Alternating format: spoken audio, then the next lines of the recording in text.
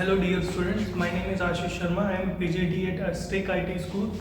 Today we will going to discuss about the job opportunities, career options for class 12 physics or science students. Alright. So आपको देखिए career opportunities for science UG and PG. आपको पता है कि class 10th के बाद आप क्या करते हैं कि सब्जेक्ट चूज करते हैं। इधर you can choose science, commerce और आर्ट्स। साइंस सब्जेक्ट लेने के बाद आपको पता चलता है कि आप साइंस के अंदर भी मैथमेटिक्स और बायोलॉजी दो अलग अलग स्ट्रीम्स होती है। तो अगर आप मैथमेटिक्स लेते हैं तो पीसी हम हो जाती है, और अगर पीसी मतलब फिजिक्स और केमिस्ट्री इसमें आपके साथ आप पढ़ते हैं। इसके साथ ही फिजिक्स, केमिस्ट्री और बायोलॉजी वाले स्टूडेंट्स होते हैं। तो ये साइंस वाले स्टूडेंट्स और इनके बारे में आज अपन देखेंगे कि इनके क्या क्या करियर ऑप्शंस है। स्पेशली फिजिक्स के अंदर क्या क्या करियर ऑप्शंस है, क्या क्या जॉब अपॉर्चुनिटीज़ है, कौन कौन से एग्जाम्स आप दे सकते हो, है ना। ये सारी चीज़ें अपन पढ़ेंगे। तो career options for science students, इसके अंदर आप कौन कौन से कोर्सेज कर सकते हो। तो एक तो होता है एकेडमिक कोर्सेज, है ना, और एक तो होता है एकेडमिक कोर्सेज। इसके बाद होता है skill based courses, academic courses, skill based courses. इसके बाद होता है जॉब अपॉर्चुनिटी से रिलेटेड कोर्सेज, जिसके अंदर गवर्नमेंट जॉब, है ना, वो वाली सारी एजुकेशन वाली चीज़ें आती हैं। एकेडमिक कोर्सेज के अंदर अपन क्या करते हैं कि क्लास 12 के बाद अपन बैचलर ग्रेजुएशन करते हैं, जैसे bachelor of education, bachelor of science, है ना। तो ये अपना एकेडमिक कोर्स हो गया। बीएससी करते हैं, उसके बाद एमएससी करते हैं, तो ये पीएचडी करते हैं। ये वाली चीज़ें एकेडमिक कोर्सेज में आती हैं। स्किल बेस्ड कोर्सेज के बहुत सारे टाइप्स होते हैं, बहुत सारे स्किल बेस्ड कोर्सेज होते हैं। ये अपन इसी आगे इसी पीपीटी में पढ़ेंगे अपन, ठीक है। तो देखते हैं एकेडमिक कोर्सेज के बारे में। तो एकेडमिक कोर्सेज में अपन सबसे पहले मैंने आपको जैसे बताया कि बीएससी नॉन मेडिकल आती है। अनम मतलब नॉन मेडिकल, क्योंकि जो बायोलॉजी वाले स्टूडेंट होते हैं वो मेडिकल फील्ड में BSc medical, BSc nursing, BSc pharmacy उसमें जाते हैं। और जो मैथमेटिक्स वाले स्टूडेंट्स होते हैं, जिनके फिजिक्स, केमिस्ट्री, मैथमेटिक्स होती है, वो बीएससी नॉन मेडिकल या बीएससी मैथमेटिक्स जो होती है उसमें जाते हैं। और ये सीएस मतलब कंप्यूटर साइंस भी कर सकते हो आप। तो ये वाली चीज़ होती है।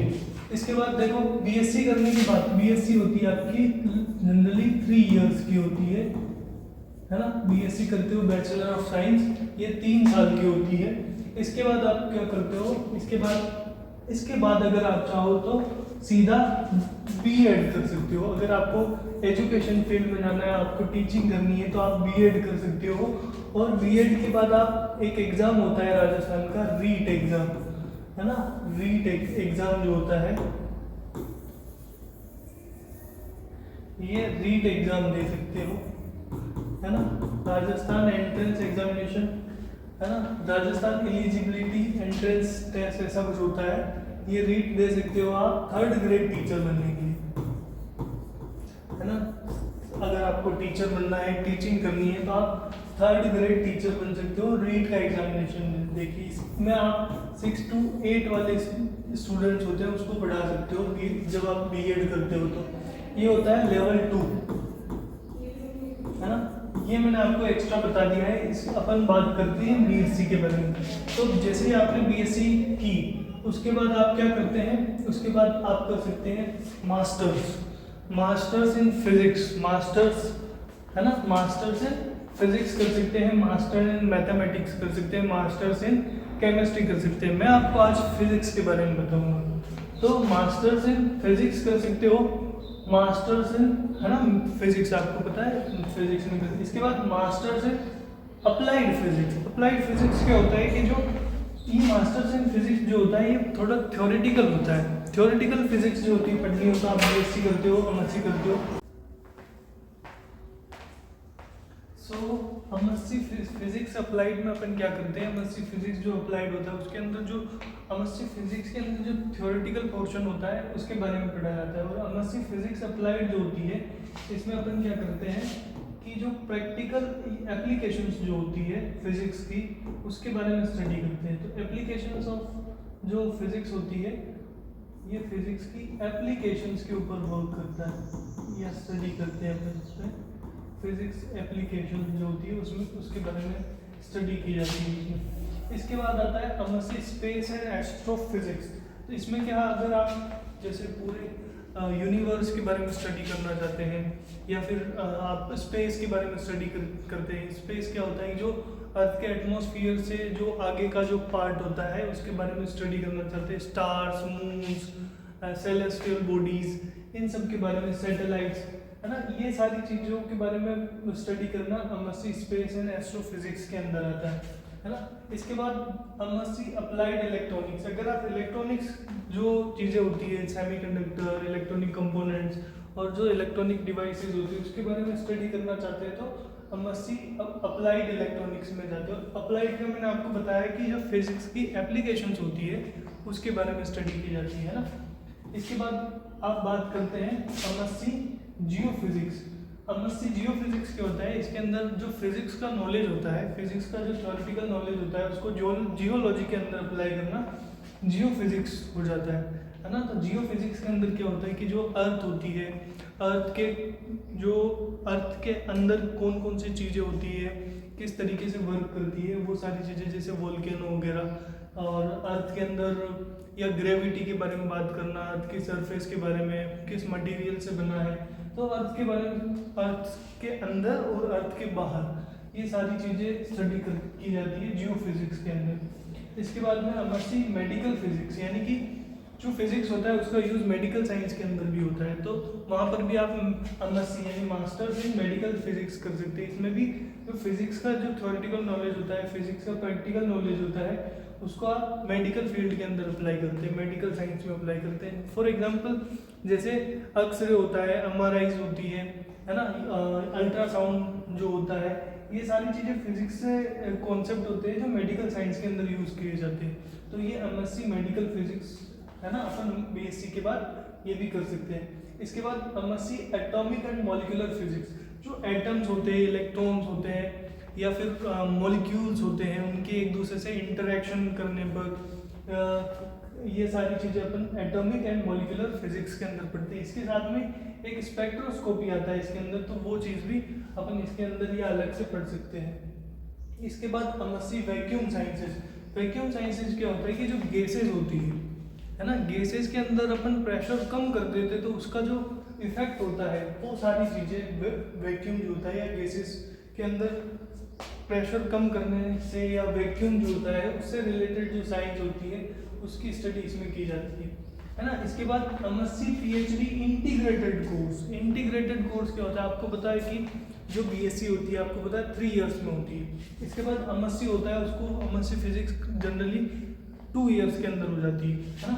और फिर पीएचडी 5 डिपेंड करता है, 3 2 या 4 to 5 इयर्स या 7 इयर्स तक लग जाते हैं आपको पीएचडी करने में। तो पीएचडी, एमएससी और पीएचडी दोनों अगर एक साथ कर लेते हैं, या ऐसा कोई यूनिवर्सिटी जो एमएससी और पीएचडी दोनों एक साथ आपको ऑफर करती है, तो इंटीग्रेटेड कोर्स होता है जिसमें एमएससी के साथ साथ पीएचडी या एमएससी के जस्ट बाद पीएचडी की जाती है और कम टाइम में हो जाती है। तो इसमें आपके टाइम की शेयरिंग होती है, ठीक है। तो ये एमएससी पीएचडी इंटीग्रेटेड कोर्स होता है जिसमें एक साथ, और इसमें जो फिजिक्स में जो ट्रांजिशन होता है एमएससी से पीएचडी में बहुत स्मूथ हो जाता है। तो ये एमएससी पीएचडी इंटीग्रेटेड वाला भी कोर्स आप कर सकते हैं। इसके बाद आपको बीएड के बारे में जानना है। अगर आपको आगे जाकर एजुकेशन वाले फील्ड में जाना है, आपको टीचिंग करनी है, तो आप बीएड के लिए अप्लाई कर सकते हो। बीएड आप बीएससी के बाद भी कर सकते हो और मास्टर्स के बाद भी कर सकते हो। बीएड क्या होता है कि बैचलर ऑफ एजुकेशन, इसमें आप किस तरीके से स्टूडेंट्स को पढ़ाना है ये चीज़ें सीखते हो और इसकी डिग्री मिलती है आपको, ठीक है। इसके बाद आप क्या कर सकते हो बीएड के बाद, तो बीएड के बाद रीट एग्ज़ाम होता है राजस्थान में, है ना। जैसे सेंट्रल गवर्नमेंट के अंदर एग्ज़ाम होता है सीटेट, है ना, वैसे ही ये सेंट्रल गवर्नमेंट के लिए, ये टीचर्स की एलिजिबिलिटी के लिए एग्ज़ाम होता है, सेंट्रल गवर्नमेंट कराती है। सीटेट सीबीएसई कराती है। वैसे ही राजस्थान में एग्ज़ाम होता है रीट, है ना, रीट। ये टीचर्स एलिजिबिलिटी टेस्ट होता है, ये बीएड करने के बाद आप दे सकते हो। और इसके बाद आप क्या जॉब मिलती है आपको, इसके बाद आप बनते हो, है ना, रीड प्री और मेंस क्लियर करने के बाद थर्ड ग्रेड टीचर बनते हो। थर्ड ग्रेड टीचर बनते हो। थर्ड ग्रेड का क्या मतलब होता है, ये बोलते हैं इसको लेवल 2, है ना। लेवल 2 का क्या मतलब होता है, 6 to 8 क्लास के टीचर बनते हो आप। 6 से 8 क्लास के टीचर बनते हो आप, ठीक है। नेक्स्ट अपन देखते हैं ये बीएड। अच्छा, इस अगर आप बीएड ना करना चाहो तो इसके अलावा भी और टीचर बनने के कोई ऑप्शंस होते हैं क्या? यस, आप बीएससी के बाद मास्टर्स कर लो, और मास्टर्स के बाद आप क्या कर सकते हो, सेकंड ग्रेड और फर्स्ट ग्रेड, है ना, फर्स्ट ग्रेड टीचर के लिए एग्जाम्स होते हैं अलग से, उनके लिए अप्लाई कर सकते हो। इसमें बीएड की जरूरत भी नहीं होती है, ठीक है। मास्टर्स के बाद आप कर सकते हो ये वाले कोर्सेज, है ना, फर्स्ट ग्रेड और सेकंड ग्रेड। इसके बाद अपन बात करते हैं एमसीए और एमबीए कोर्सेज भी आप कर सकते हैं। तो ये इतने सारे कोर्सेज है बीएससी के बाद करने के लिए आपके पास, इन सब में से आप किसी एक में एनरोल कर सकते हो।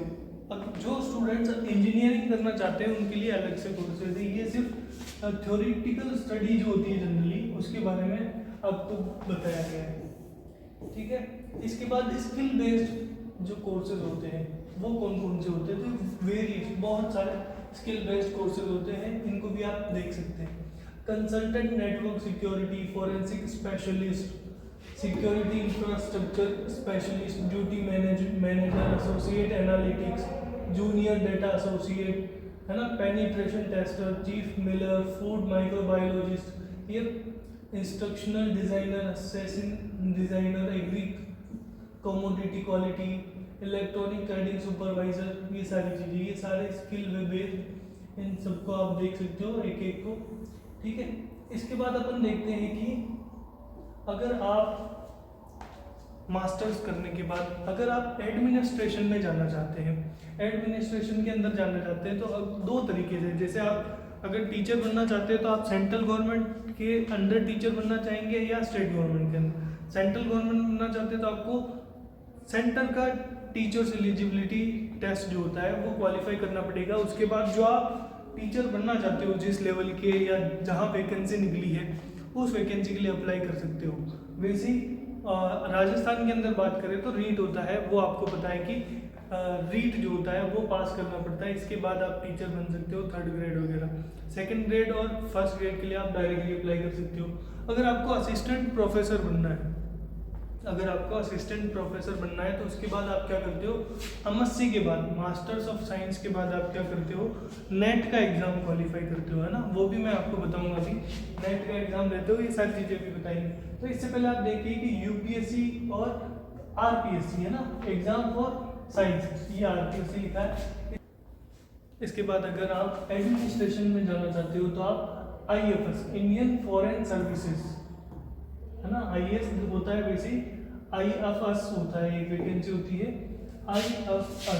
आईएफएस मतलब Indian foreign services, IAS Indian administrative services, IPS Indian police services, IFoS Indian forest services. इन सब के लिए आप अप्लाई कर सकते हो। इसके अलावा भी आप जैसे स्टेट के पीसीएस होते हैं, जैसे आरपीएससी जो है उसके द्वारा जो एग्जाम होते हैं, जैसे आरएएस, है ना, आरपीएस, इनके एग्जाम्स भी दे सकते हैं, ठीक है। इसके बाद job opportunities in government sectors, है ना, जो गवर्नमेंट सेक्टर्स होते हैं उसके अंदर कौन कौन से पोस्ट होती है उसके लिए आप अप्लाई कर सकते हैं जो फिजिक्स फील्ड से हैं। Inspector of income tax, assistant enforcement officer, food inspector, sub inspector, assistant section officer, junior statistical officer and assistant audit officer, ये सारी चीज़ों के लिए अप्लाई कर सकते हो। इसके साथ ही और job opportunities in government sector से pharmaceutical sector, education sector, information technology, IT sector, telecom sector, power sector, health care, biotechnology sector, इन सब में आप अप्लाई कर सकते हो।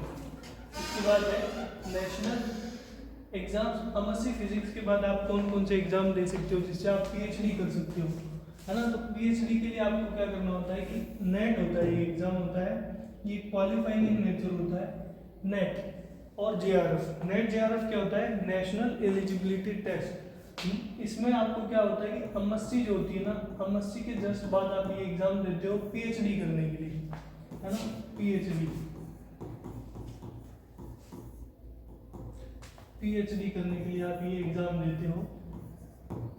और इसमें क्या होता है कि आप ये एग्जाम देने के बाद असिस्टेंट प्रोफेसर बन सकते हो। तो इसके लिए आप, अगर आप इंडिया के टॉप 2% रैंक के अंदर आते हो तो आपको इसमें जेआरएफ एक फेलोशिप मिलती है सेंट्रल गवर्नमेंट की तरफ से, तो उसके लिए भी आप अप्लाई कर सकते हो। तो आप क्या कर सकते हो, पीएचडी के साथ साथ आपको कुछ आपको फेलोशिप भी दी जाएगी, और इसके साथ आप असिस्टेंट प्रोफेसर जो होता है, असिस्टेंट प्रोफेसर, उसके लिए उसकी जॉब को अप्लाई करने के लिए आप एलिजिबल हो जाते हो। ये आपका नेट का एग्जाम होता है। इसके बाद होता है जेस्ट। जेस्ट मतलब joint entrance screening test. Joint entrance screening test, इसमें क्या होता है कि जो आईआईटीज होती है, आईआईटीज या फिर आईआईएससी, ये इस एग्जाम को कंडक्ट कराती है।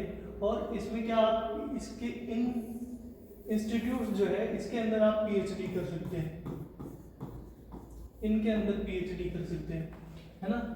इसके बाद ये एक गेट का एग्जाम होता है, ये भी इसी आईआईटीज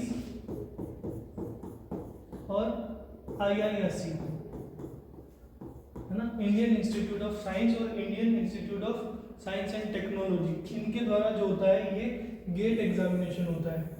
गेट एग्जामिनेशन के बाद आप क्या कर सकते हो, आप एमएससी के बाद या बीएससी के बाद आप क्या एमटेक कर सकते हो यहाँ से,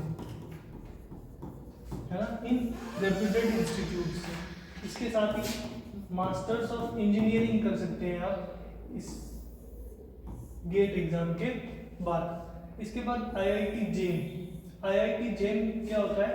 जेम का मतलब, आईआईटी आपको पता है इंडियन इंस्टीट्यूट ऑफ टेक्नोलॉजी, और जेम का मतलब होता है joint admission test for MSc PhD. यानी कि अगर आपको एमएससी और पीएचडी, अगर आईआईटीज जैसे आईआईटी मुंबई हो गया, आईआईटी चेन्नई हो गया, आईआईटी दिल्ली हो गया, इन सब से अगर आपको, या फिर आईआईएससी,